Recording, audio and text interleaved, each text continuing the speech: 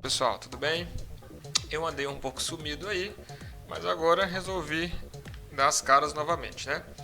E vou falar nesse vídeo para pessoas que estão em um segmento que é relativamente novo, né?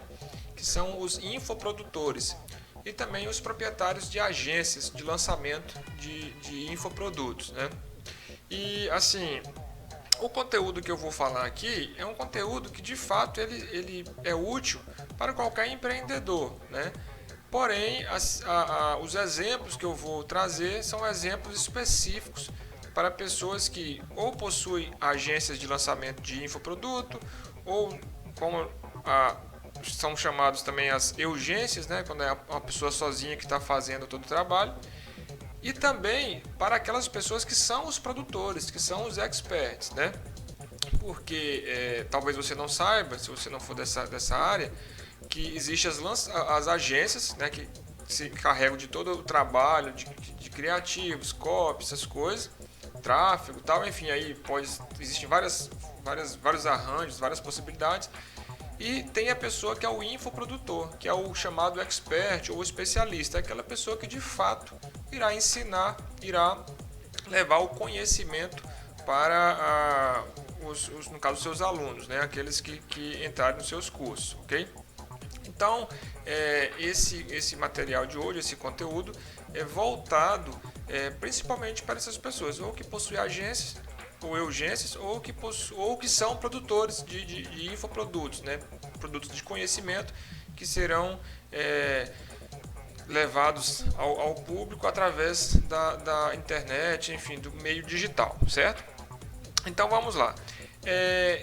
Eu tenho escutado e visto muitas pessoas com questionamentos e que quase sempre são os mesmos, né? Então eu selecionei alguns aqui e resolvi trazer para tentar esclarecer, né, alguns pontos. Então vamos lá. Bom, o que eu mais tenho visto, né, as dúvidas que eu tenho mais visto são essas, né? O que é CNAE, o que é natureza jurídica, porte, regime tributário e MEI.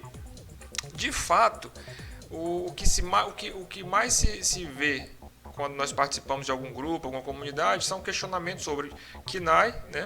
E questionamentos sobre o MEI, né? A possibilidade de você, no caso como infoprodutor ou como agência, poder utilizar dos benefícios do MEI. Então eu vou tentar falar aqui para vocês, né, e tentar esclarecer cada coisa dessa, né?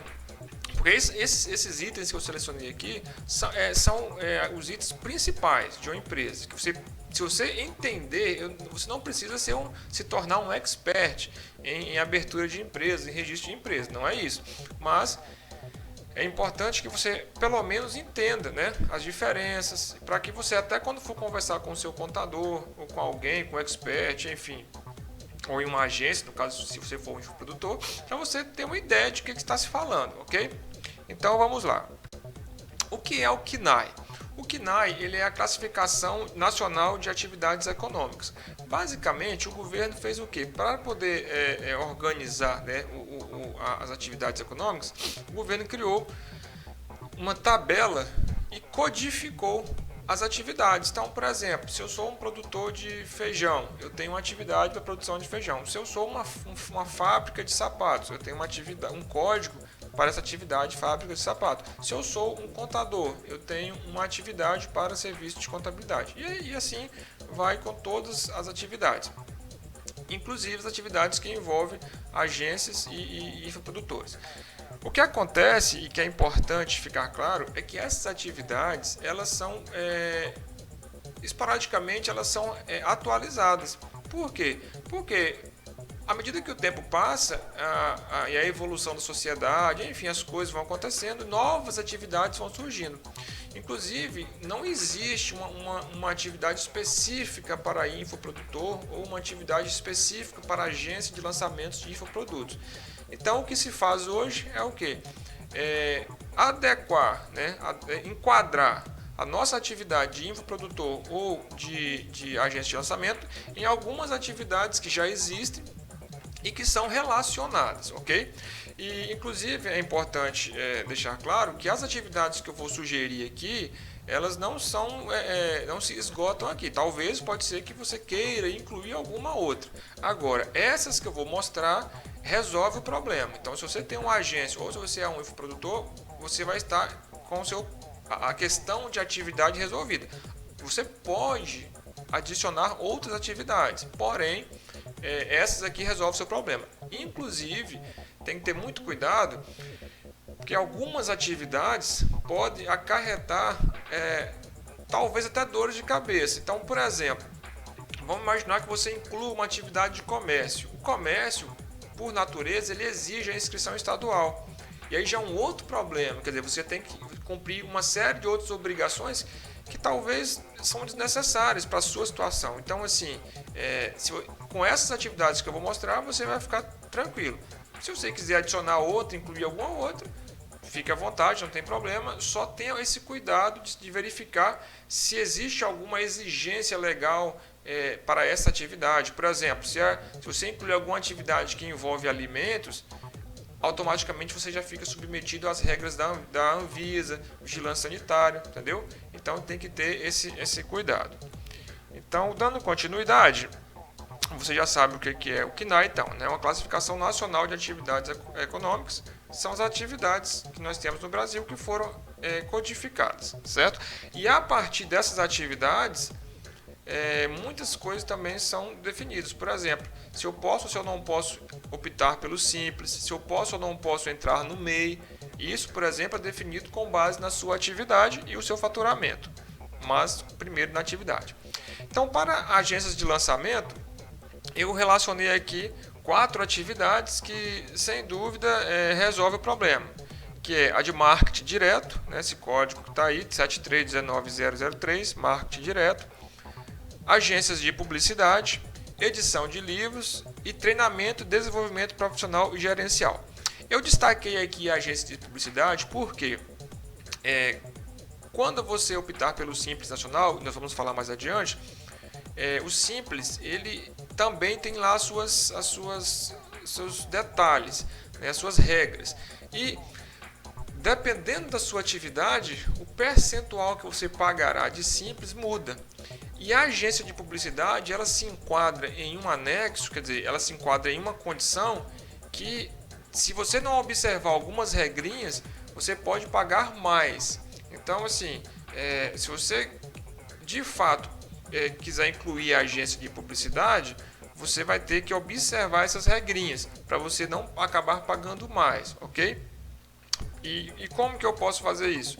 Eu posso fazer através de sites, como eu vou adicionar aqui embaixo na descrição do YouTube, eu vou adicionar alguns sites onde você pode buscar, por exemplo, informação se essa atividade pode optar pelo Simples, se não pode, e qual tabela que ela está inserida. E aí tem como você saber se vale a pena ou não incluir essa atividade nesse momento, ok? É claro que você não vai deixar de incluir uma atividade por causa simplesmente da alíquota. Dependendo da situação, você é obrigado a incluir, inclusive, certo? Então, essas são algumas atividades que você pode utilizar para fins de agência de lançamentos. E se eu for o infoprodutor? Se eu for o expert? Bom, se você for o expert, se você for o especialista, então eu coloquei aqui a edição de livros, porque teoricamente você pode criar, por exemplo, e-books, apostilas, essas coisas. Então, você pode se enquadrar como um editor de livros. E também como treinamento em desenvolvimento profissional e gerencial, porque você vai, de certa forma, você vai oferecer um treinamento, né, que vai desenvolver a pessoa.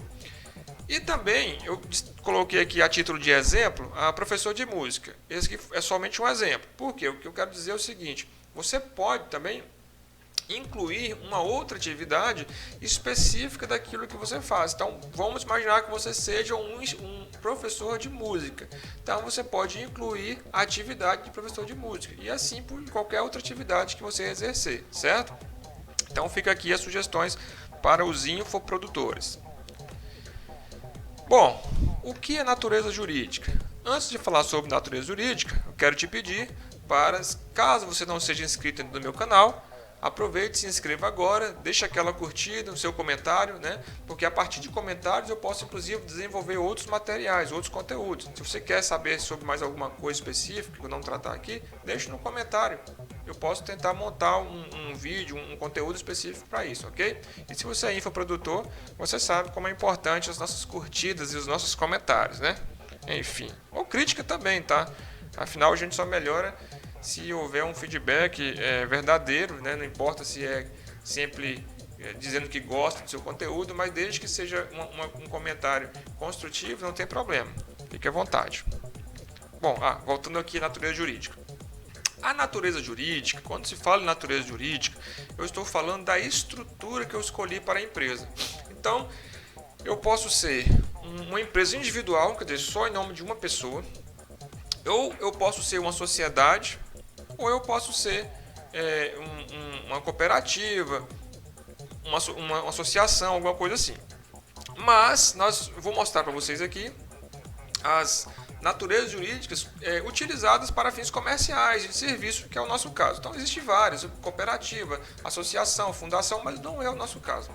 O nosso caso se limita apenas a essas que eu vou mostrar para vocês aqui, que é o empresário individual. Então, você pode ser um empresário individual. Não estou falando de MEI ainda, tá, gente? Não estou falando de MEI. Falar sobre MEI vai ser daqui a pouquinho. Espere aí, acompanhe. Mas eu estou falando do empresário individual, que é uma empresa constituída em nome de uma única pessoa. O empresário individual de responsabilidade limitada, que é o mais conhecido como EIRELI, a sociedade empresária limitada e a sociedade empresária limitada unipessoal. E aqui eu chamo atenção para essa sociedade empresária unipessoal, porque é uma figura nova que iniciou desde o ano passado e que com certeza será a mais utilizada daqui para frente. E vocês entenderão por quê. Vamos lá. Bom, o empresário individual é quando você abre uma empresa sozinho, somente no seu nome. Só tem um detalhe: o empresário individual, em termos de segurança patrimonial, ele não é tão bem visto. Por quê? Quando você registra uma empresa somente no seu nome como empresário individual, o seu patrimônio se confunde com o patrimônio da empresa. Então, se houver algum problema juridicamente, não tem que se falar em patrimônio de empresa e patrimônio de sócio. É uma coisa só. Se confunde 100%, ok?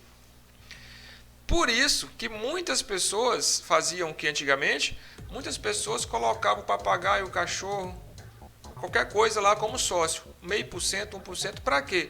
Apenas para poder abrir uma sociedade limitada.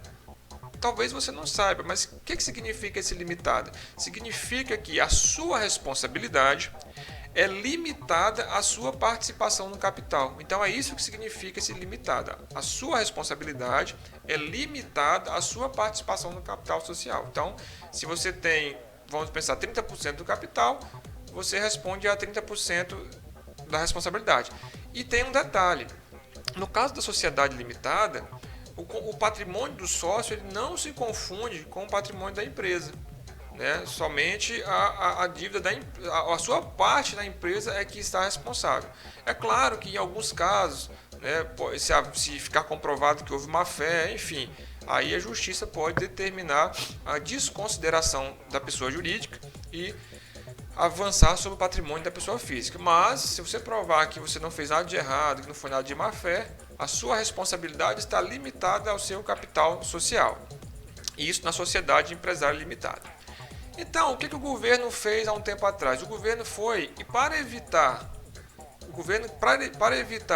que as pessoas ficassem enchendo os quadros societários com outras pessoas que não tem nada a ver, colocar sogra, filho, irmão, só para dizer que é sócio, para não ser um empresário individual, o governo, há alguns anos, ele criou o empresário individual de responsabilidade limitada. Ele falou: olha, tudo bem, eu sei que você é sozinho, então eu vou te dar a opção de registrar um empresário individual, mas com a responsabilidade limitada.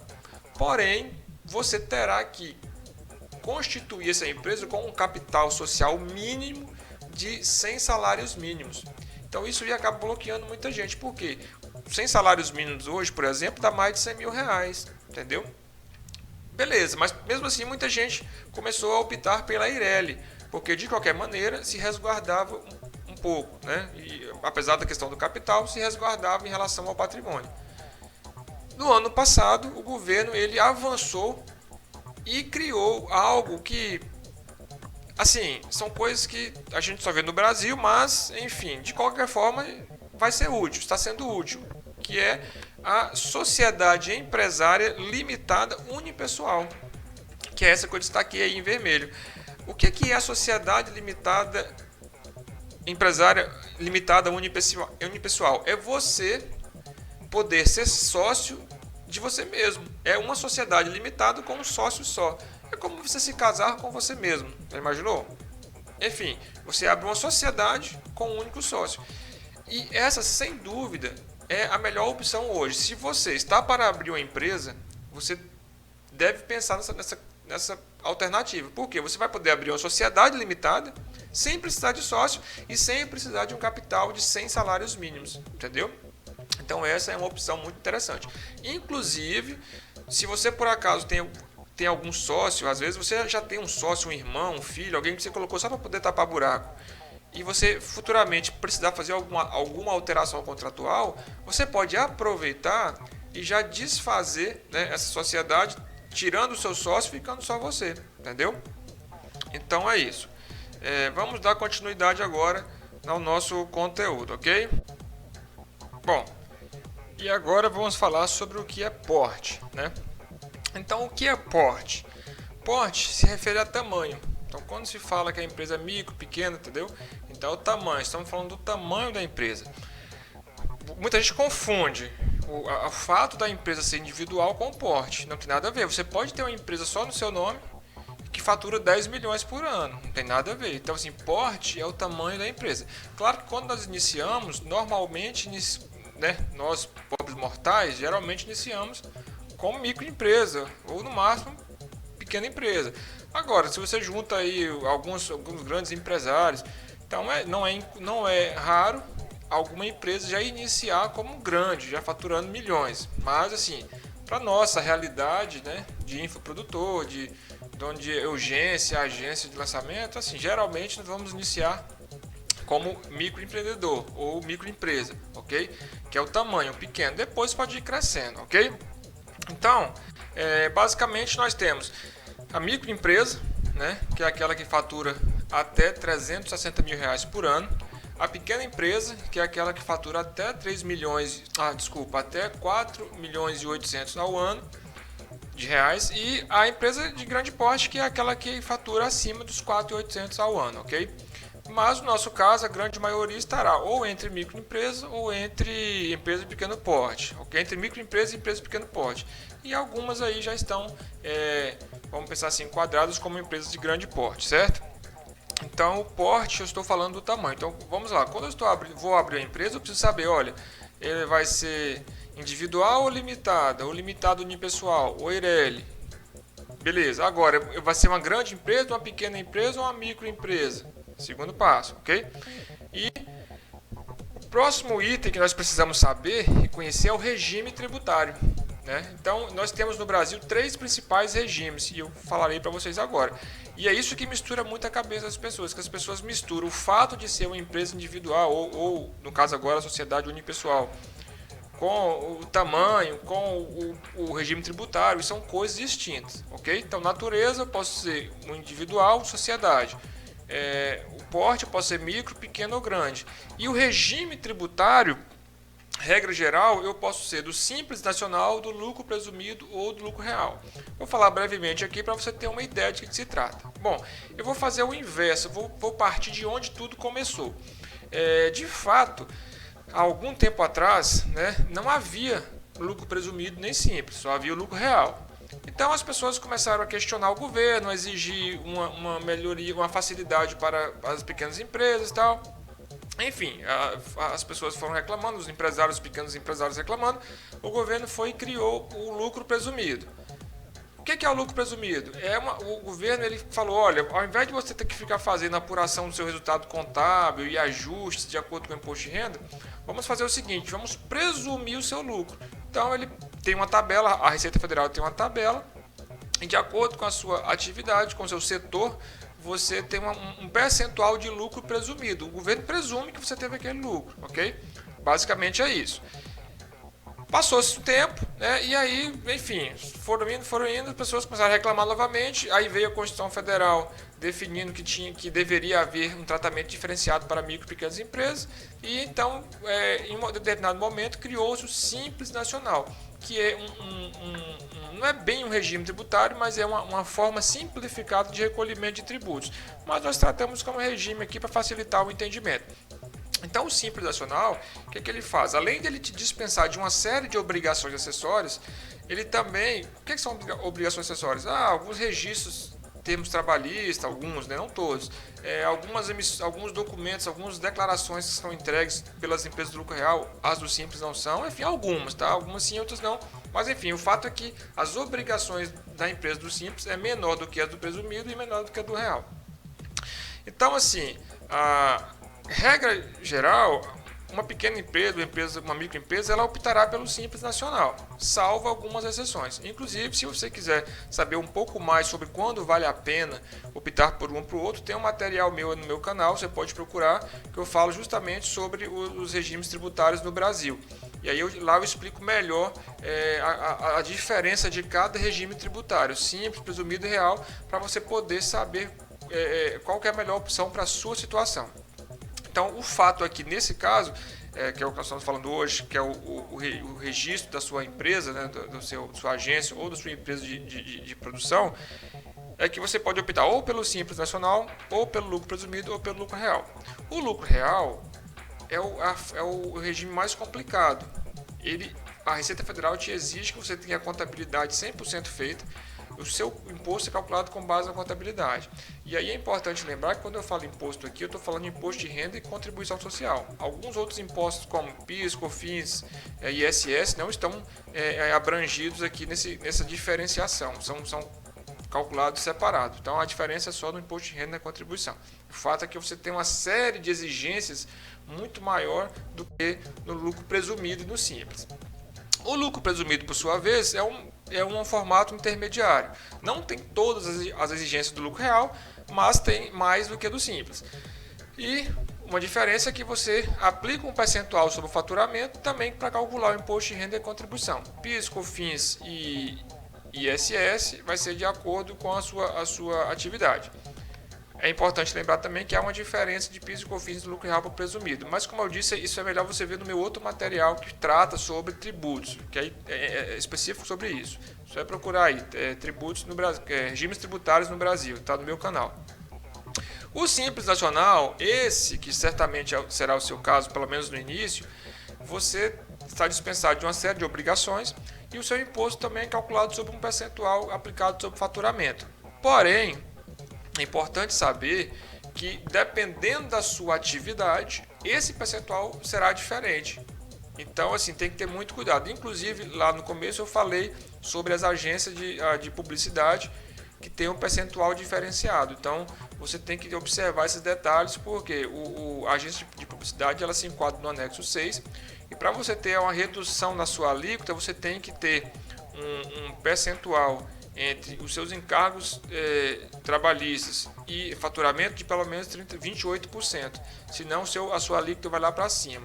Isso aí é melhor você conversar direitinho com o seu contador, ou se você ficou com dúvida, coloque o seu comentário aqui embaixo que eu vou responder mais detalhadamente. O fato é que as empresas do Simples, o seu percentual de pagamento depende da sua atividade exercida, ok?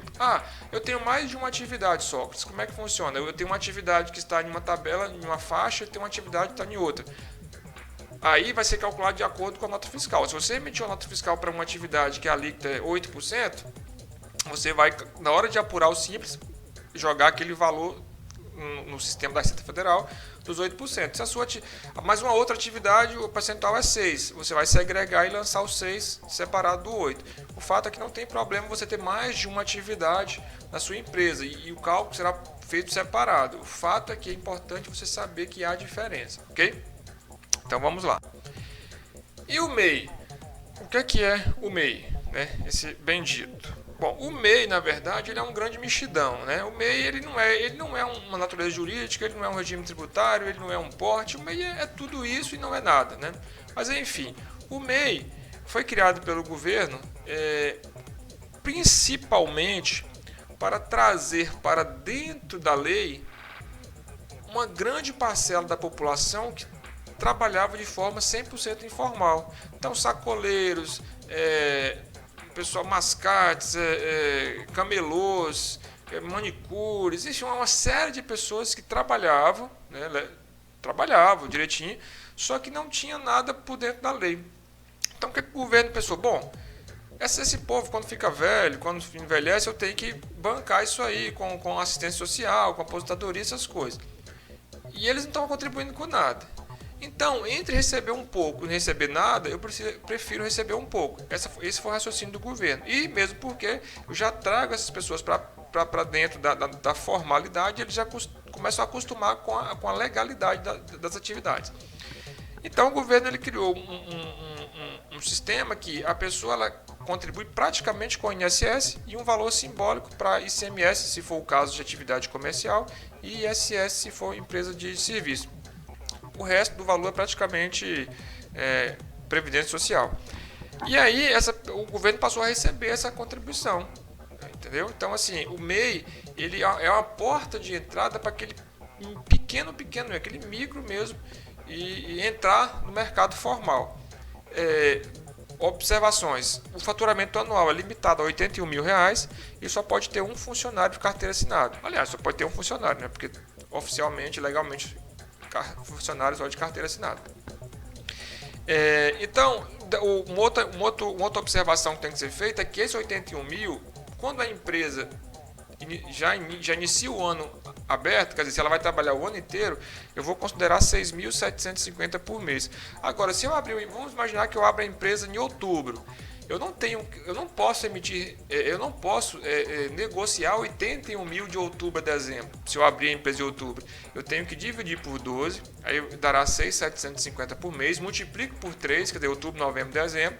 Então eu tenho esse valor de 20 e poucos mil para poder 20 mil mais ou menos para poder trabalhar, ok? Então muita gente pensa que se eu abrir a empresa em novembro eu posso emitir 81 mil. Não. Quando você abre a empresa durante o ano, é proporcional até o final do ano. E aí a partir do ano seguinte que são os 81 mil.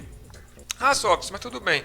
Então são 6.750 por mês. Vamos imaginar que eu já tenho a minha empresa aberta há mais de um ano. Então eu já comecei o ano com a empresa aberta. Então eu posso emitir 81 mil durante o ano, certo?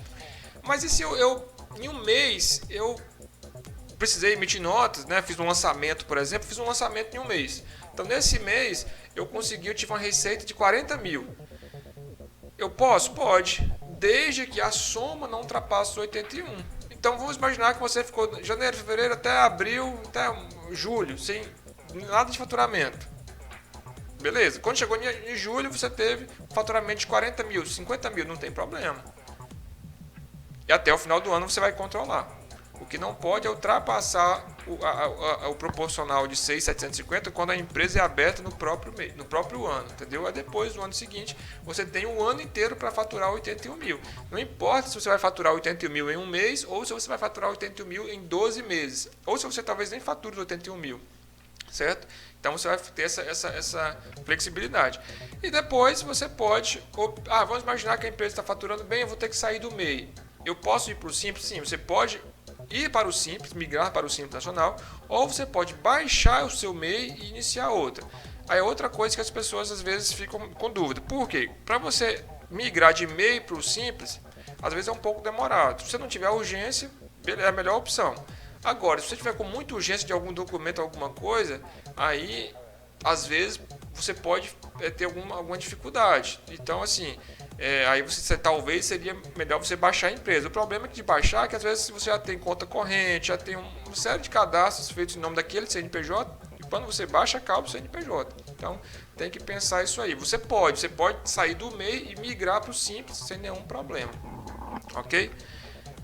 Bom, o MEI, eu coloquei aqui como agência. O MEI pode ser ou editor de livros ou promotor de vendas.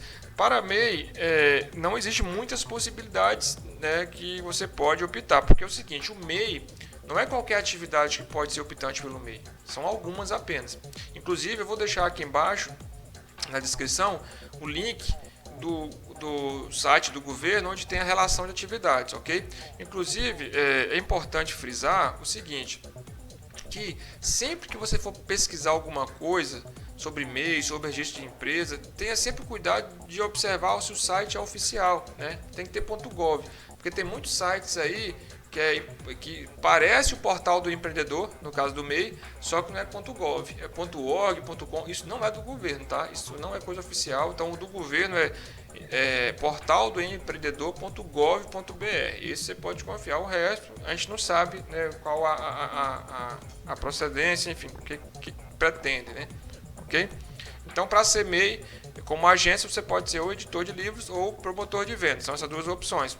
Ah, mas eu quero enquadrar como uma outra coisa. Beleza, você pode enquadrar. Mas, assim, não é muito seguro, ok? E também você pode colocar alguma outra atividade que você exerce, não tem problema. O importante é que ela esteja elencada, ela esteja listada na relação de atividades permitidas para o MEI, que eu vou deixar o link aqui embaixo na descrição, certo? E se eu sou um infoprodutor? Bom, se eu sou um infoprodutor, além das duas anteriores, você pode incluir também uma atividade que represente o que você exerce, né? Então, é o exemplo que eu dei anterior do professor de música. Então, vamos imaginar que você é um infoprodutor que ensina música. Então, você pode colocar lá, você pode incluir uma atividade de professor de música, certo? E aí você vai preparar o seu MEI direitinho. Ok, gente? Bom, então é isso que eu tinha para falar para vocês, espero ter ajudado, né? Coloquei aqui, se você tem uma agência ou é um infoprodutor, então você sabe, né, como que um comentário ou uma curtida faz diferença. Então, se você não comentou ainda, deixe seu comentário aqui, se você não curtiu, dá uma curtida. Se não gostou também, deixa um comentário falando o que você não gostou, o que você sentiu falta. Se você tem interesse em algum outro conteúdo, né, então, relacionado, me dê a sugestão aí que eu vou tentar fazer o possível para preparar um conteúdo, entendeu? E se ainda não é inscrito no meu canal, aproveite e se inscreva agora, ok? E vamos seguir juntos aí, tentando cada vez mais reforçar e fortalecer esse mercado que está iniciando, né, mas que está sendo uma grande promessa para o Brasil, né, e para o mundo, na verdade, principalmente agora, né, depois do que nós estamos vivendo aí, essa pandemia. A gente sabe que o mundo será outro, o normal será outro, né? Então é um mercado, o infoproduto, os negócios online tem tudo para dar certo, tem tudo para crescer muito agora.